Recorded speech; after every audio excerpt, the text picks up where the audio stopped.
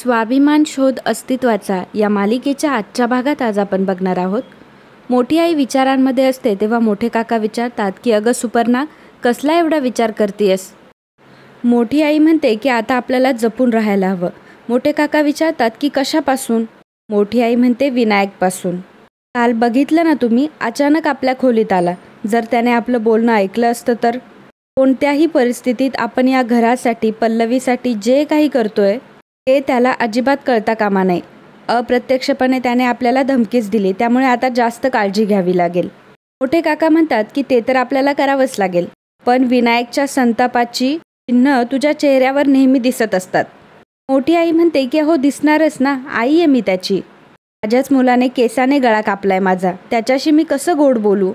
पण तुम्ही म्हणताय ते बरोबर आहे, मला माझं दुःख बाजूला ठेवलं पाहिजे. मी केलेल्या पापाचं प्रायश्चित्त घेणं सध्या जास्त महत्त्वाचं आहे आणि त्याची सुरुवात मी आजपासून करणार. आलेच मी, असं म्हणून मोठी आई तिथून निघून जाते. तर इकडे विनायक त्याच्या रूममध्ये आलेला असतो आणि म्हणत असतो की ग्रेट, फाईल तर मिळाली, आता आदिती मॅमसारखी सही करायला यायला पाहिजे. तो पेपर चेक करत असतो तेवढ्यात मोठी आई येते आणि म्हणते की विनायक. तोच विनायक ताटकन उभा राहतो. मोठी आई विचारते की काय रे, काय झालं, एवढा घाबरलास का. विनायक म्हणतो की अगं घाबरलो कुठं आई, अचानक काम करत होतो आणि तू आलीस. जरा माझं वेगळं काम चालू होतं ना म्हणून. मोठी आई खाली पडलेला कागद उचलते आणि बघत असते. तोच विनायक तिच्या हातातून ते हिसकावून घेतो आणि विचारतो की आई तू का आली होतीस, काही काम होतं का तुझं. मोठी आई म्हणते की नाही, मी तुला हे विचारायला आली होती की तू पुढचं काय ठरवलंय. म्हणजे या सूर्यवंशींची सगळी मालमत्ता आपल्याला आपल्या नावे करायची आहे ना. त्याच्या दृष्टीने आपल्याला काही हालचाली सुरू ठेवायला पाहिजे. नाही म्हणजे आदितीचा आजारपण, शांतनूचं ते प्रकरण, यातच आपले दिवस चाललेत. विनायक म्हणतो की आई हे बघ, तू अजिबात काही काळजी करू नकोस, सगळं प्लॅनिंग माझ्या डोक्यात आहे. मोठी आई म्हणते की नक्की ना, आणि जर काही मदत लागली तर माझी मदत घे, तुला हे सांगायला आले होते मी. विनायक म्हणतो की हो हो ठीक आहे, तुला काम असेल तू जा बरं आता. परंतु मोठ्या आईला विनायकवर डाऊटच असतो. ती मनात म्हणत असते अरे किती लबाडी करशील, किती फसवशील. त्या कागदावर आदितीची सही होती हे माझ्या लक्षात आले. कसोडपत्रावरील तिची सही चांगलीच लक्षात आहे माझ्या. पण त्या सहीचं तू नक्की काय करतोयस ते मला कळलं नाही. पल्लवीने मला सांगितले की तू मालमत्तेचे कागद तयार करून घेतलेस, म्हणजे कदाचित ही सही त्यासाठीच असेल. पल्लवीच्या कानावर घातलं पाहिजे मला हे, असं म्हणून मोठी आई तिथून निघून जाते. तर इकडे पल्लवी आदिती मॅमकडे आलेली असते. हातातील बाप्पा टेबलवर ठेवते आणि म्हणते की बाप्पा बघ, माझ्या आईची अवस्था बघ. हे जग तर तूच चालवतोस ना, तुझ्यासाठी अशक्य असं काहीच नाही आहे. मग माझ्या आईंच्या बाबतीत तू असं का वागलास. त्याचा काय दोष होता, त्यांना का म्हणून हा त्रास. आयुष्यभर किती खस्ता खाल्लाय रे त्यांनी, कित्येक पिढ्या घडवल्यात, कित्येक मुलांवर संस्कार केलेत त्यांनी, पण स्वतःच्या मुलाला मात्र त्यांच्यासाठी काहीही करण्याची संधी दिली नाहीस. आत्ता कुठे त्यांच्या आयुष्यात आशेचा किरण दिसत होता. घरातल्यांचं वागणं बदललं होतं. आयुष्यभर ज्या मोठ्या आईंनी छळलं होतं त्यांनी स्वतः हक्क सोडपत्र लिहून दिलं मला. आणि हे सगळं सुख अनुभवायला माझ्या आईच शुद्धीवर नाही आहेत. मला माझ्या आई हव्यात बाप्पा. सगळ्या बाजूने माझी कोंडी झाली आहे रे. घरातली विश्वासातली माणसं घराचीच वैरी झाली आहेत. हे घर वाचवण्यासाठी माझ्या ह्या संघर्षामध्ये मला हव्या आहेत त्या. शांतनूंना त्यांची आई परत हवी आहे. बाबांना त्यांची जोडीदार परत हवी आहे. माझ्यासारख्या अनेक शिष्यांना त्यांची गुरु परत हवी आहे. पल्लवी खाली बसते आणि म्हणते की बाप्पा प्लीज, आजपर्यंत मी तुझी जी काही भक्ती केली त्याच्या बदल्यात तुम्हाला काही दिलं नाही तरीही चालेल, पण प्लीज माझ्या आईंना बरं कर. माझ्या आईंना बरं कर, फक्त माझी एवढी प्रार्थना ऐक. तर इकडे मोठी आई विचार करत असते की पल्लवीला लवकरात लवकर सांगायला हवं, पण शांतनूच्या समोर जाता येणार नाही. काय करावं. तेवढ्यात तिला विभावरी दिसते. मोठी आई विभावरीकडे जात असते. तेवढ्यात विनायक मोठ्या आईला बघतो. विनायक लपून मोठी आई आणि विभावरीचं बोलणं ऐकत असतो. मोठी आई विभाला म्हणत असते की विभा, तू पल्लवीला बघितलंस का गं. माझं पल्लवीकडं खूप महत्त्वाचं काम होतं. तीच गेले असते, पण शांतनूला आवडणार नाही ना. त्यावर विभावरी म्हणते पल्लवी तिच्या खोलीत नाही आहे, ती आदिती जाऊबाईंना बघायला गेली आहे. मोठी आई म्हणते की हो का, तू कर तुझं काम, मी आलेच. मोठी आई तिथून निघून जात असते. तेव्हा विनायक मनात विचार करतो की आईचं पल्लवीकडे काय काम असेल. आत्ता माझ्याही रूममध्ये येऊन गेली, हिचं नक्की काय चाललंय ना ते बघायलाच हवं. इकडे आदिती जवळ बसून पल्लवी रडत असते आणि अचानक उठते आणि म्हणते की ठीक आहे बाप्पा, तुला नाही ना माझी प्रार्थना ऐकायची, नको ऐकूस, पण मग आजपासून माझ्या आईची सगळी जबाबदारी तुझ्यावर. प्लीज आता आईंचं रक्षण फक्त तूच करायचंस. आता जोपर्यंत आई शुद्धीवर येत नाही तोपर्यंत तुझा मुक्काम इथेच. पल्लवी तिथून रागाने निघून जात असते. आदिती मॅमच्या बोटांची हालचाल व्हायला लागते. आदिती मॅम डोळे उघडतात आणि पल्लवी अशी हाक मारतात. आदिती मॅम पल्लवीकडे हात करत असतात. ते बघून पल्लवीला खूप आश्चर्य वाटतं. खरं तर तिला खूपच आनंद झालेला असतो. पल्लवी लगेच आदिती मॅम जवळ येते आणि म्हणते की आई तुम्ही शुद्धीवर आलात. मला खरंच नाही वाटत आहे, माझा विश्वासच नाही बसत आहे. मी आज खूप खुश आहे, मी आज प्रचंड खुश आहे. बाप्पाला हातात घेऊन म्हणते की आज माझा बाप्पा मला पावला. बाप्पाच्या पाया पडते आणि आदितीला म्हणते की आई मला इतका आनंद झालाय की बघा मी तुम्हाला विचारलं पण नाही, तुम्ही ठीक आहात ना? मला काही त्रास होत नाही ना? तुम्हाला मी पाणी देऊ? मला भूक लागली असेल, मी ज्यूस आणून देऊ पटकन? आदिती मॅम म्हणतात की पल्लवी मला, परंतु पल्लवी म्हणत असते आई तुम्ही बोलण्याचा प्रयत्न नका करू, तुम्ही शांत राहा बरं. आदिती मॅमचा हात हातात घेऊन पल्लवी फक्त रडत असते. तर इकडे मोठी आई पल्लवीकडेच येत असते आणि विनायक देखील तिचा पाठलाग करत असतो.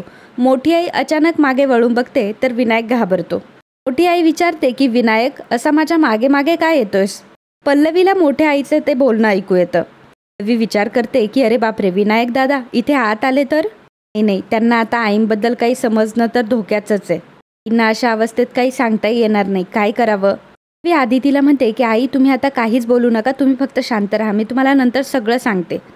तर मोठी आई इकडे विनायकला विचारत असते की अरे विनायक काय म्हणते मी, तू पाठलाग का करत होतास? तर विनायक म्हणतो की अगं मी तुझा पाठलाग नाही करत आहे, मी आदिती काकूच्या रूममध्ये चाललो होतो, म्हटलं तिला भेटून पुढे जावं. पण तू का चालली आहेस आदिती काकूच्या रूमकडे? मोठी आई म्हणते की घरातली सगळी कामं संपली, आता म्हटलं तिची तब्येत कशी आहे ते बघावं, म्हणून मी चालले होते. विनायक म्हणतो की तुला तर फारच पुळका आलाय तिचा. मोठी आई म्हणते की छे रे, पुळका कसला, पण सगळ्यांना दाखवावं लागतं ना मला तिची किती काळजी आहे. पण तू कशासाठी चालला होता?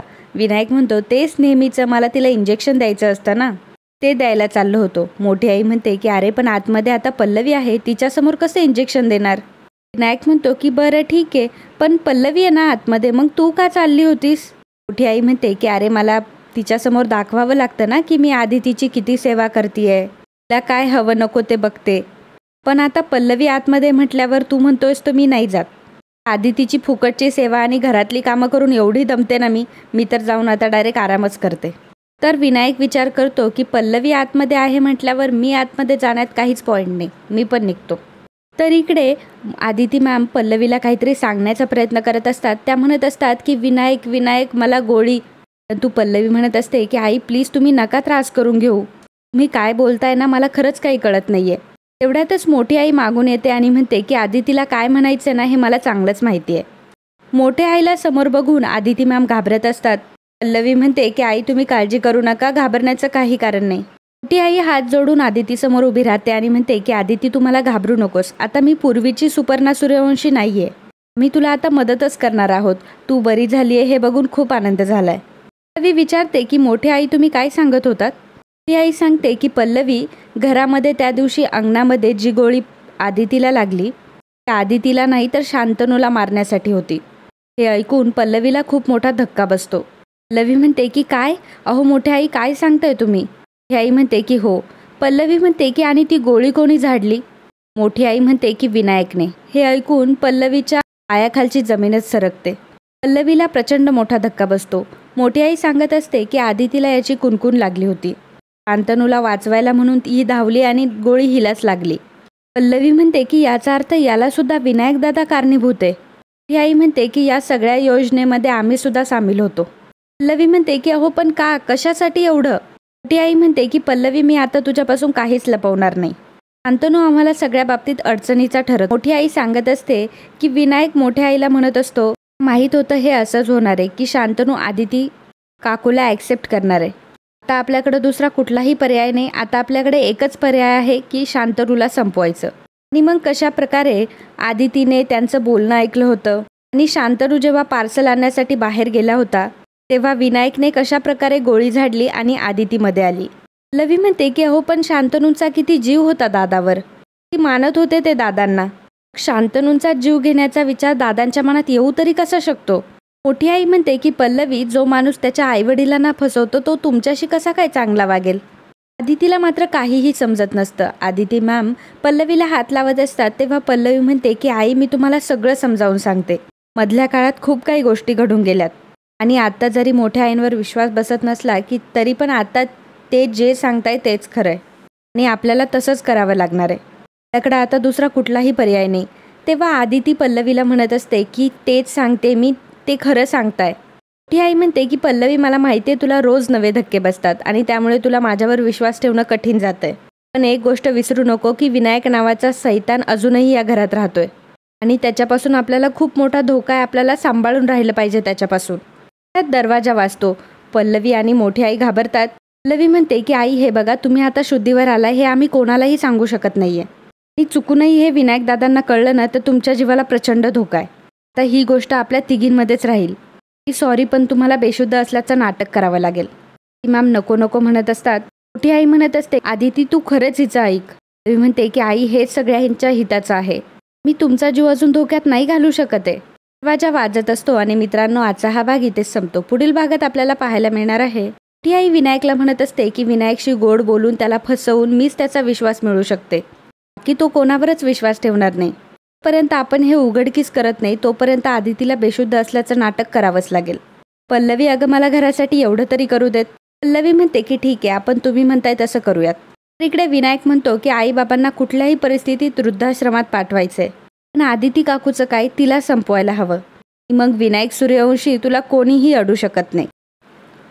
तर मित्रांनो, कालच्या भागात कमेंट करणारे आपले दर्शक होते रुपाली पिसाळ, लता गुरव, रोहिणी राजेंद्र पोताळे, अमिता घोरपडे, हर्षदा कांबळे, अजय वागचौरे, अर्चना रामाणी, वैष्णवी भावर, सुजाता वाघ, सुमन जगताप, निकिता गंभीरे, विधी एच, जान्हवी म्हात्रे, नम्रता, योगिता साळवे, रेश्मा भगत, ज्योती पाटील, पूजा कांबळे, अखिल पारित, प्रतिभा त्रिभुवन, गीता कोंडे, प्रमोद गोलीवार, सीत साल, ज्योती पाटील, अपर्णा मायेकर, गीता कोणे, मुकुंद कुलकर्णी, सोनाली गांधी, संजय कालोडे,